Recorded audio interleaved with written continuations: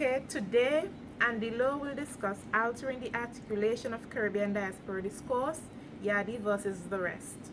This presentation is in partial satisfaction of the requirements of course Carry 605, Caribbean Diasporic Literatures, for an MPhil degree in Literatures in English at the UWI Catalyst Haitian for campus. this presentation is the many robust discussions that we've had over the duration, of the course. Okay. What is diaspora? Who is diaspora? We very much settled on where it started, but then where it ends, is where a lot of the contention came about. Okay. And of course, there were many different views.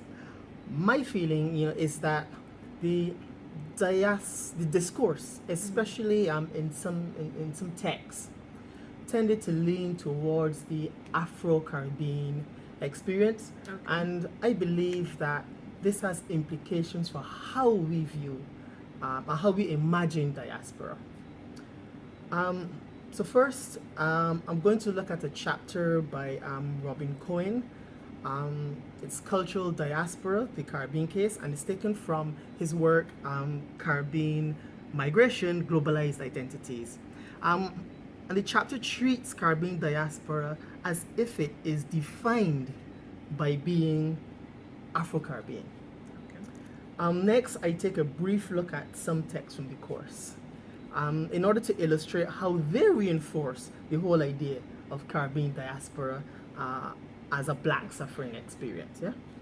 And then I consider some examples of different diasporic experiences that challenge this perception of Caribbean diaspora, in the hope that who and what is imagined when the term is used and it becomes more inclusive. Okay, well, thank you, Andy. It sounds like we're in for a really informative session. Let's begin. I just want to, at this point, remind viewers that there's going to be a works consulted attached at the end of the video. Yeah. So what I want to talk about is the way that the discourse on Caribbean diaspora is articulated. I'm saying that it's articulated in such a way that we default to imagining a certain group and a certain type of experience. Okay. That group being the Afro-Caribbean, and those experiences being the historical and traditional experiences of suffering that have been attached to Africa, through slavery and colonization. Now found that there's generally no dispute about the melting pot makeup of the Caribbean. But where the articulation of the discourse is concerned, I find it becomes elusive once we start talking diaspora, Caribbean diaspora. So when you say elusive of Well, Cohen, Ronaldo Walcott, he puts it in perspective. Okay. This is what he says about Caribbean diaspora. He says, a Caribbean diaspora is a strange kind of beast. Often, it is imagined as a derivative African or Black experience, thus making its multicultural constitution muted, if not null and void. Okay, so he's basically reinforcing what you said from the beginning. Yes. And Cohen's chapter, which I mentioned at the outset, I find as a case in point. He sets out to prove the Caribbean as a cultural diaspora.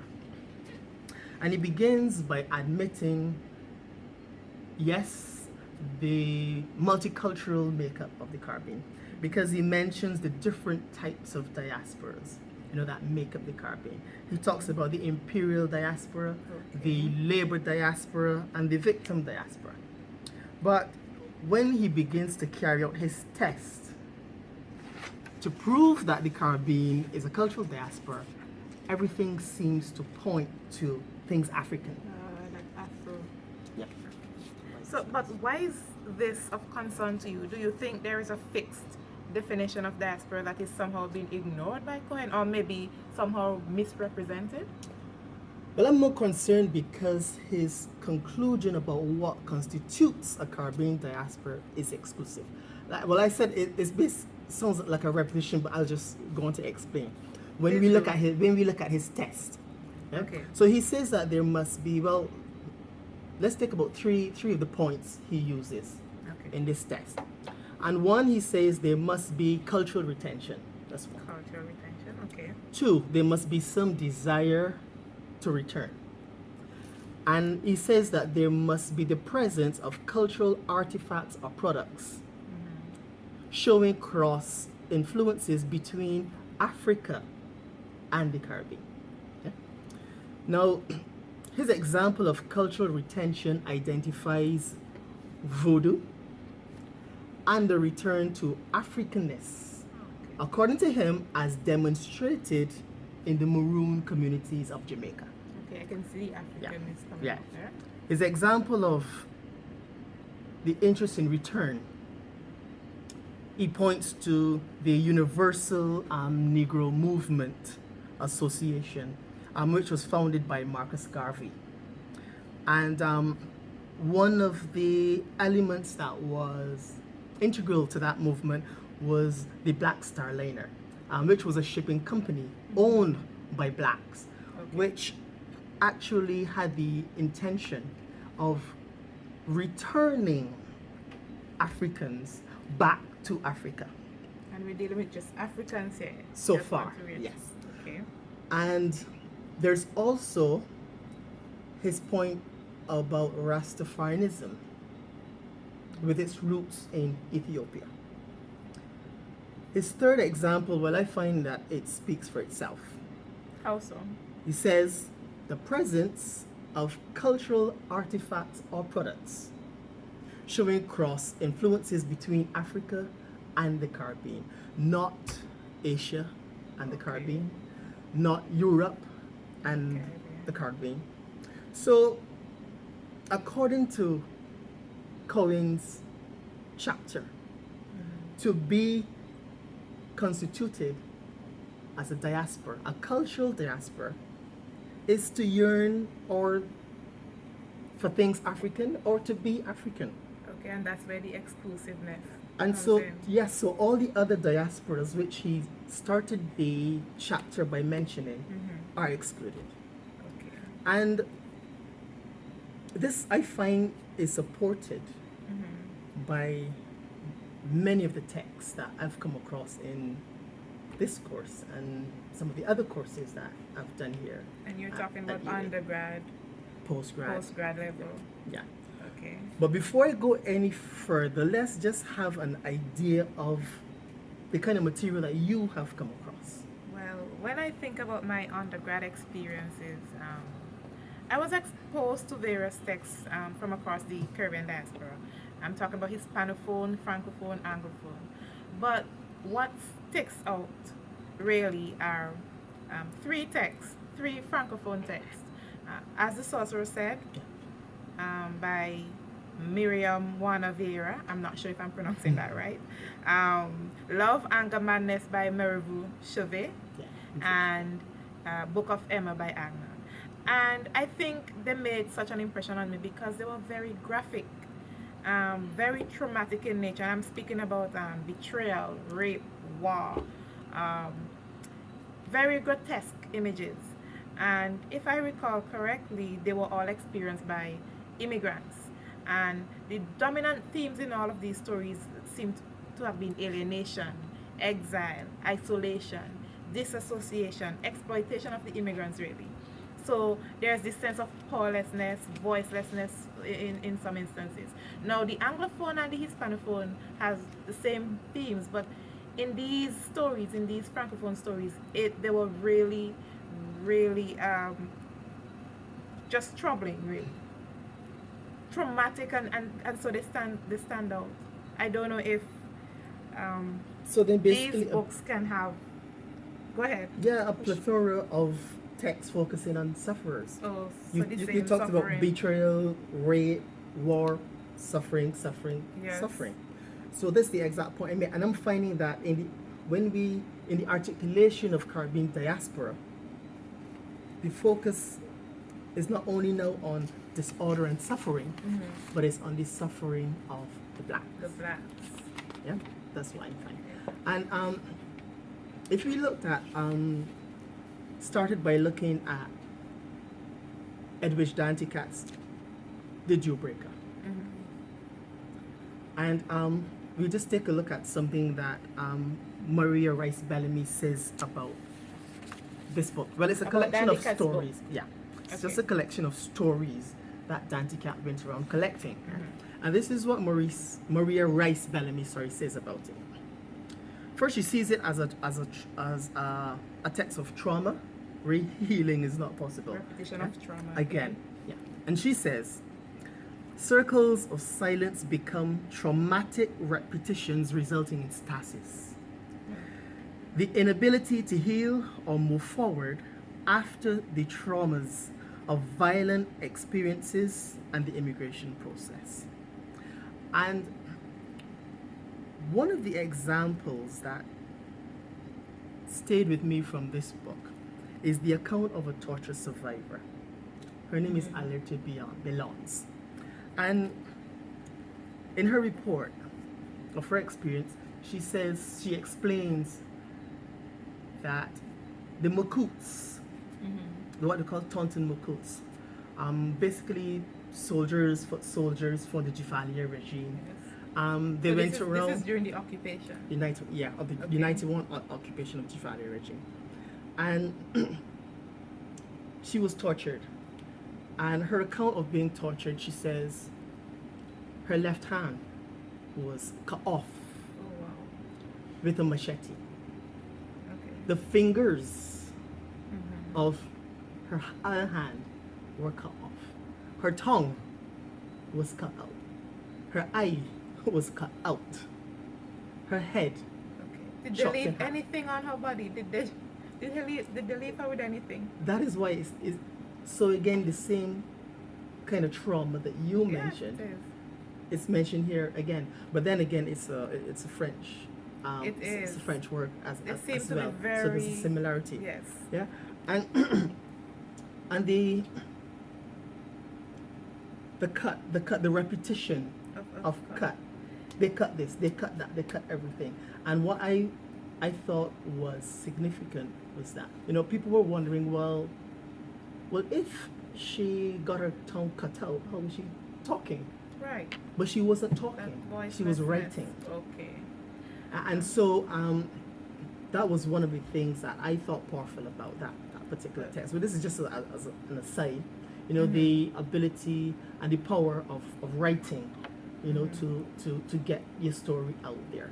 Yeah. Well, I understand the point, but how does this extract, and even the books I mentioned, how do they go back to Cohen's main premise that you started with at the beginning? Well, of the I think discussion? that I'm more focusing on diaspora, Caribbean diaspora, as an experience of Afro-Caribbean suffering. Oh, And the key is suffering. And so you see this suffering coming out there in that story. It's extreme. Yeah? Okay. And then there's, I think we should also be mindful of the push and pull factors that are always present in diaspora. What I mean is, what is attractive about the foreign country that pulls a person away from their home country to that country, and what is happening in the home country that pushes you Well, away. I think you touch on some to- of that in terms of the war And the exactly. exile. So yeah. Yeah. So the 91 occupation, the 91 Duvalier regime, and what I just mentioned about it, described about it, would constitute one of the push factors, that pushed a lot of Haitians out of Haiti at the time. What Yeah. about the Anglophone Caribbean? Can you remember push factors? Any books? Well, basically similarities, because when one of my favorite ones was Samuel Salvon's The Lonely Londoners, yeah, And Ramshan is about that book, about London, I should say, that it's a hellhole, for the migrants, yeah, and so it's a different experience, but still suffering. And I think it is, and I think it's the way that Selvon treats the suffering. I think it's the way that Selvon writes the experiences, that make it appear lighter. Because the suffering is still there, as you said, but it's the different treatment. So maybe that humor. So there's some humor, there's some comedy. You got to laugh pain. at. Yeah, it's that kind of. Yeah, and so but there's still the exploitation, the victimization, the displacement, all that is present. And we could take as an example Cap's, one of the characters, Cap's exploitation. He turns up there's an episode where he applies for work. He's told that, okay, there is some clerk work, and the agent sends Cap to this company. On arriving, once the manager at the company sees Cap, presumably seeing that he's black, all of a sudden there's no clerk work. But there is work for Cap. But he's taken around the back of the building, train station, and Cap recounts these massive pieces of iron, massive chains, all greasy. He says, well, it seems as if all the soft work, is reserved for the fair-skinned people. So you could read into this experience that the fact that Cap was sent for the vacancy in the first place, you could read into it that he was qualified for the position, or that he merited the place. But once he turned up there, and as he said, as he called himself a spade, the spades were the blacks in London. So once he turned up, all of a sudden, no vacancies. But that still seemed calm compared to the Francophone experiences.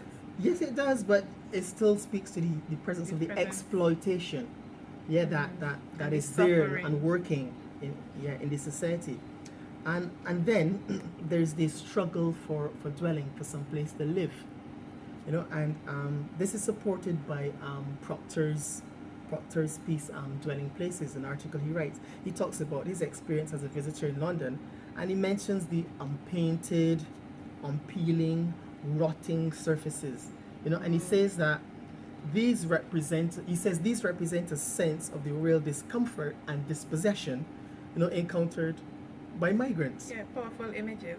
So it's as if you could identify the migrant, the Afro-Caribbean migrant, by the place that he lives.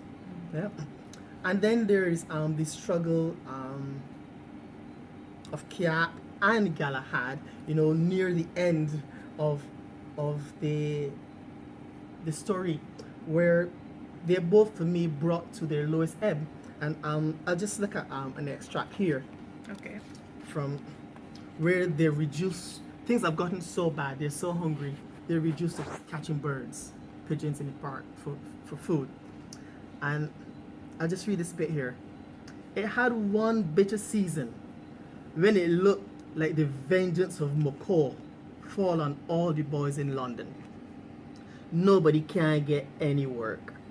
Fellas who had work losing it, and all over the place it looked like if Operation Pressure gone into execution in a big way. And mind you, Operation Pressure is capitalized. Okay. Yeah? Now you go on. That particular winter, things got so bad with Galahad that he had was to try and catch a pigeon in the park to eat. It does have a lot of them flying about, and the people just feed them with bits of bread. Sometimes they get so much bread that they pick and choosing, and Galahad watching them with envy. In this country, people prefer to see a man starve than a cat or dog want for something to eat. So you can see the suffering coming out there again, you know, and Struggle. and the struggle, and the fact that Galahad has to watch a pigeon who's in a position to pick and refuse food and envy a pigeon. It's as if, you know, he's reduced beneath the status, you know, of the pigeons. And further on, Savon sort of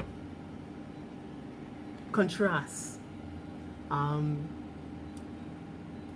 Galahad's leanness with the fluffiness and the plumpness of the pigeons, you know, as to try and show us, you know, make it clear how bad things are, you know, That for even him. the birds. Even the birds, are the better animals off. are better off. Okay. Yeah, and we'll go now. This was Galahad's experience.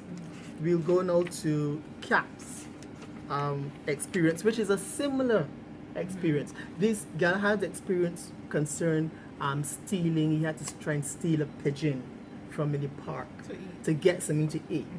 Yeah. This is Cap's experience now, which is something very similar. Yeah. So Cap is trying to catch a seagull to eat. He's not by the sea, he's in his apartment. The seagulls are living at the top, on the ledge of the apartment. So Cap was laying down on bed one night. He fell asleep, but he got up in the evening feeling so hungry that his head giddy, and he frightened to get out of bed.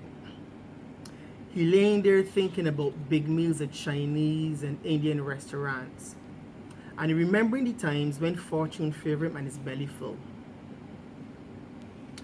He leapt out of bed and fly by the window.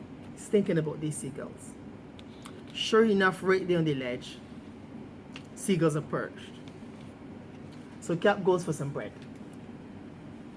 2 or 3 seagulls come, but instead of settling, they hover in the air like hummingbird and eat all the bread. Cap put more bread on weight because he set a trap. Set more bread on weight. This time, 2 come. One was greedy enough and decided to settle down. As soon as his foot touched the ledge, Cap make a pull. The seagull jump up a little, as if playing skip with Cap. And when the twine fly underneath, Cap pull real hard. It settled down. But seagull still gone. He had to Cap struggle starved. to even get that. So Did he eventually catch any? he eventually catches one of them after a mighty tussle Struggle again. in his bedroom. There's this mighty struggle with him and the bird. The bird almost trying licks and Cap. He has to eventually take a blanket and throw this blanket, over the seagull Survivor. to try and survive. So they really brought to the lowest ebb. And by the time he has to move from this apartment, because let's not forget, things were hard. Guys have lost work. Some can't get work. So he can't pay the rent. So he eventually has to move out of the apartment.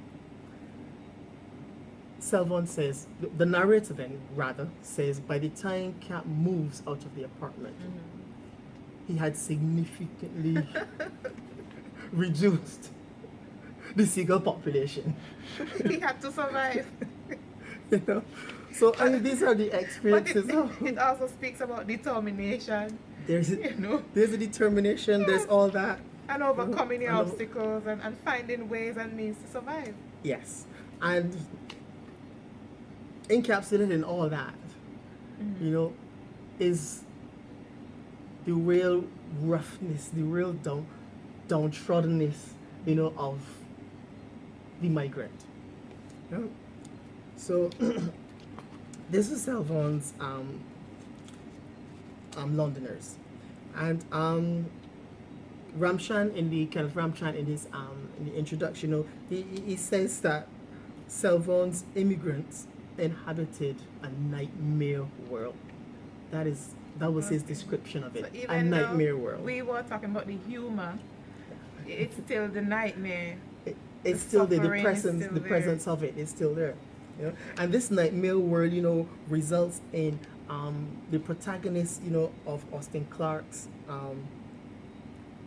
short story Canadian Experience, committing suicide because he's Okay. he's had a similar experience. He's gone to his fridge and there's baking soda in the fridge. But the reason for the baking soda being there is that a friend, you know, had said to him, that keeps down the smell of old and rotten food. So,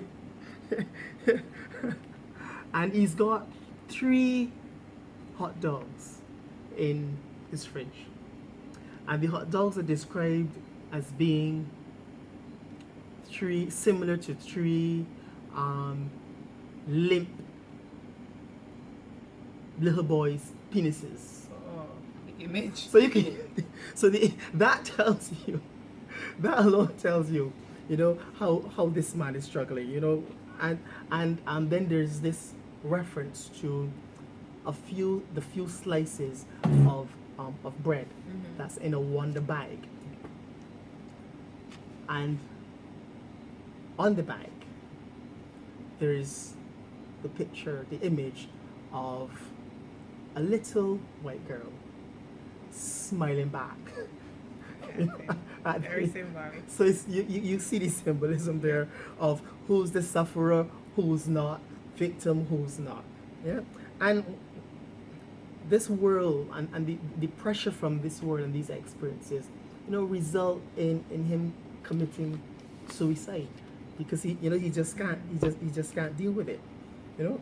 And we can go to another Austin Clarke short story, Bonanza, you know, where the protagonist, Pinky, now she has a different kind of a suffering. Her suffering is a longing for home.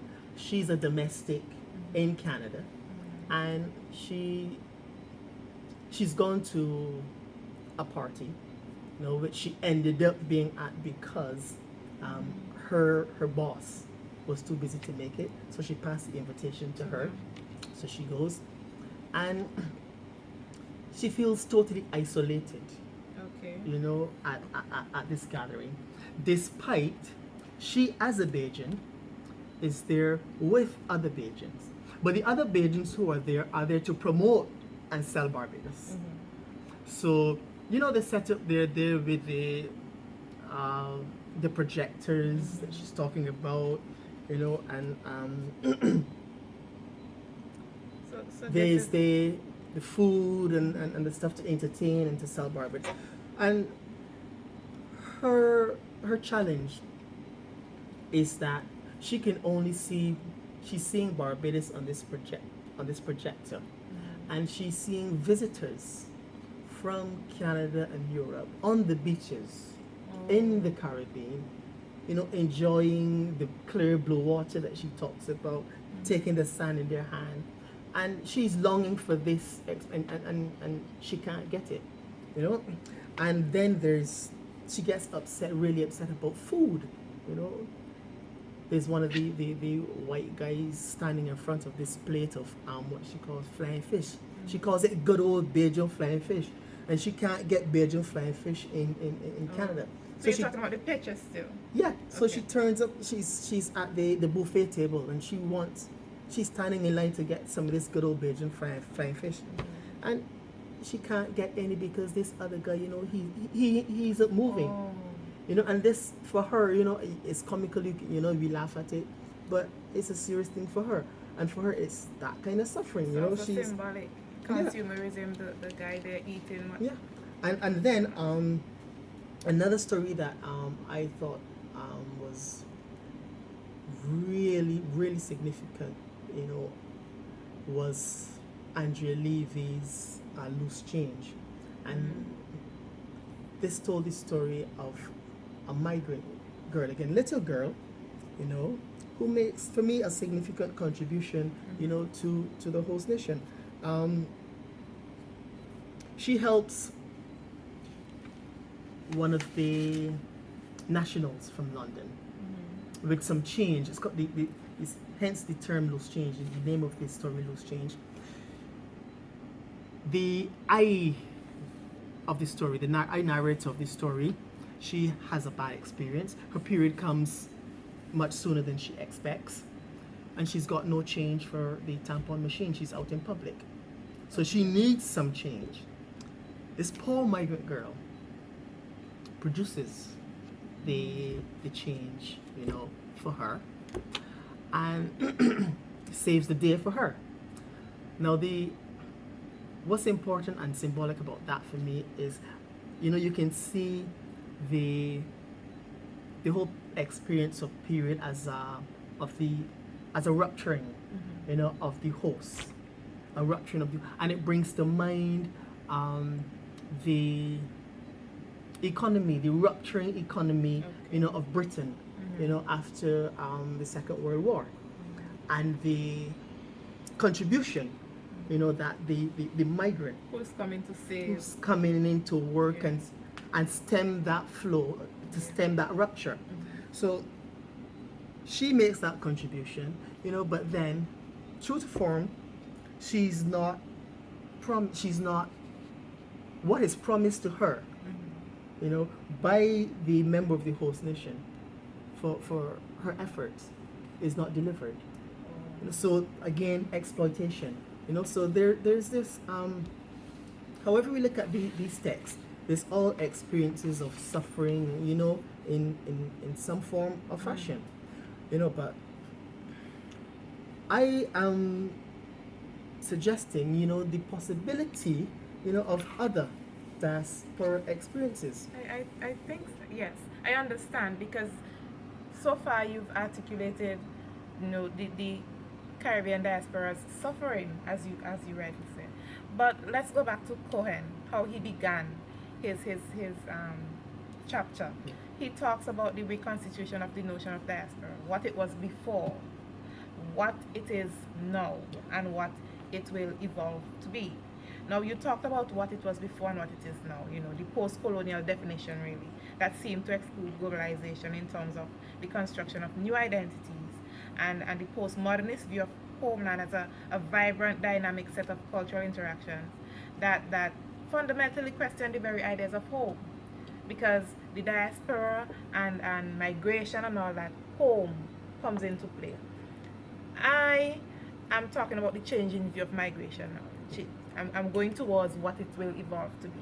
And I want to emphasize they are exposed to the technological world where borders collapse or do not exist for some of them. Social media, for example, has changed the landscape of how people interact. The perception of suffering and victim and isolation and all those post-colonial concepts that you've discussed, they're not seen in the same light by the younger generation. Maybe what was viewed 2 decades ago, they're now seeing it differently now, this younger generation. There isn't a great emphasis on identity, for example, because their experiences due to the technology and social media and so forth are different. So they're seeing everything from a different angle. How do you think this contributes to the diasporic discourse? I think I see, from what you say, it says then that this whole notion of identity, of being so important to liberation, that Stuart Hall talks about, is no longer applicable to them, to the youngest generation. And the cyber world that you mentioned, and the collapsing of the borders, I think that's a very real experience. And you talk about the collapsing of the borders, of the perceived borders, of the real world, makes movement easier, and so that separation is not so acute, and although the cyber world is not, people will say it's not a real world, well, the fact of the matter is, our world is an imagined world. According to Benedict Anderson, our world is an imagined world too, because he says that what we really have are imagined communities. Okay, so you're still bringing it back home to, this view of suffering and victim and so forth. Yeah. So you have to elaborate on the imagined world a bit more. Yeah. For him, community depends on the existence of culture, politics, and economy. These three factors, main factors. Yeah? And the culture would refer to shared values, and politics would be, the understanding of power relations. The economy would basically, in a nutshell, encapsulate the exchange, of mutual benefit. So when the dynamics of these change, identity changes, community identities and communities change. Right. I like to say that they shift, and that's what one of the things that makes them imagined. Basically, they're what we perceived. They're what we perceive them to be. They're not fixed. And just to use a very simple scenario. Let's say we've got a group of middle class guys who are in a golf club. Yeah? Let's say we have 5 black guys, we have 2 white guys. They're all friends. They're all in the same financial bracket. So they are part of that golfing community. Yeah.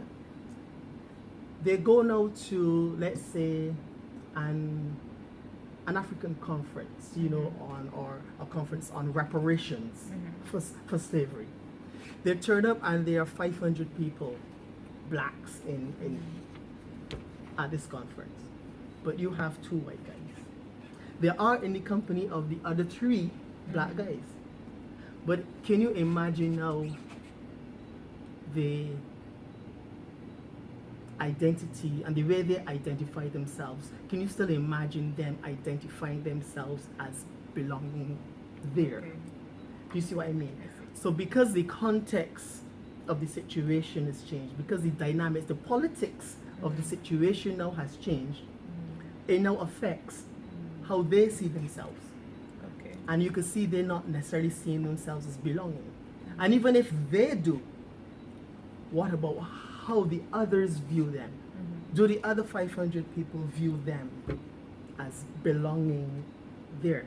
So that's the whole notion about communities being imagined, because they shift around, and that's my whole point, that because identities can shift and communities can shift, I'm suggesting that diasporas are communities as well. Okay. And they can shift. But our imagination and articulation of them can shift. But this whole thing, this whole discussion revolves around the what we've seen in the literature. Is it represented in the literature? And we've discussed the trauma and the suffering and the can you think of being exposed to something that doesn't reflect this? Well, that's an interesting question, and before I get there, I'll touch on something that Cohen says as well. Okay? He says that one of the oft remarked on but imperfectly researched characteristics of the English-speaking Caribbean peoples is their extraordinary success and prominence. Okay. That's what makes your question I'm interesting. waiting for you to connect Interesting. that with. It's interesting because one of the oft remarks. They're not usually these. We don't see this literature of success. Okay. That Cohen So you're saying they talks about. exist. The literature exists. This is what I am working from it. towards. This is what I am But you trying haven't to. been I'm exposed not. to I'm not it. seeing it. This is what I'm Okay. trying to say. I get you. Rather there's literature of success out there, you know, but we don't see it. We see the suffering and the victim and continuously, you know. So back to my point that the discourse of Caribbean diaspora, the articulation of it being supported by the texts that we are constantly exposed to, you know. But here Cohen is saying that, you know, there are success stories out there, but we're not seeing them. They are hinted at, I would say, because in Austin Clarke's Bonanza, Pinky, there's a Bajan white who turns up in the story, but he turns up right at the end of the story. Okay. And well, why I say he's a Bajan white, you know, the language. He says at the end of the story, man, because I think he feels as isolated as she is, you know, because he's not blonde hair, blue-eyed white, but he's not black, so he's that in between, you know. And he says to Pinky, look, man, let it Toby drink some of this Bajan rum here and get drunk and shite. Okay, you know, so and that language, that term, but when you hear drunk, let me get drunk and shite, you know, that's a Bajan talking. But what I'm saying, why I find him interesting is that although that's the only part he plays in the story, but the fact is, he is there, he is present. So it means, you know, he has some role to play. And he forms some sort of community with Pinky, you know, who felt isolated. Okay. You know, she's now made a connection. So, you know, and this is another part of the diaspora experiences that we have not been seeing, the experiences of the Bajan white, or not even just the Bajan white, but the Caribbean white. You know, bar Jean Reese's White Sargasso Sea, you know, I've not come across another one. That's a long time ago. We've been exposed to the black, again, constantly, Africanness and the suffering and so forth. And then there's the recipient of the letter in Clarke's letter of Law Black, the son who's receiving the letter. He sees himself, you know, as Canadian. He identifies himself as Canadian, right? And he says that he is a visible minority. Yeah, visible minority. And I would think this is his experiences, because we're talking about different experiences. It could only be his different experiences, you know, that could lead him to see himself, you know, as Canadian and distinguish himself as a visible minority, you know. And the father who's writing the letter trivializes his view, you know, and he insists that he's not a visible minority, that he's colonial. And this is what the father says of him, you know. He says to him, you speak about being visible minority, you know, as if your blackness could be invisible, you know, in snowy white Canada. So, you know, he's just making fun, and he's just stuck in that old view, you know, that is concerned with the issues of, you know, exile and colonialism. The son is seeing himself differently. Yeah, and that's my point, that the fact that he sees himself differently must result, you know, from experiences that were different from those that his father had. And then there's Flynn's survey on migrant nurses. You know, she talks about nurses who left the Caribbean, went to Canada, some went to Britain. You know, both sets of them ended up working in Canada. You know, but she mentioned she came across different experiences that are not suffering. Yeah, there are those who enjoy themselves. There are those who, yes, there were those who longed to come back home. There are those who didn't have a good time. But then there were those who actually said, well, I don't really have any intention, you know, of getting involved in black movement and black liberation. evidently or obviously because Chauvet feels liberated. Okay. And there's one who actually says that her family is Canada, her husband is in Canada, she sees herself as Canadian. And I'm suggesting that different experiences would result, you know, in this. So that there are other, and then I come now to Victor Headley's Yardley. And that will go back now to your question about a text, any text you've come across, which have been different. A different And experience. I'm thinking that Yardley, Victor Headley's Yardley attempts, to project that kind of different experience, because it's about this group of Jamaicans who moved to London, yeah, and the moment that the protagonist D lands in London, you can tell that his experience is vastly different from the experience of, for example, Selvon's Londoners. He's picked up in a Mercedes. Okay, that's different. The music playing,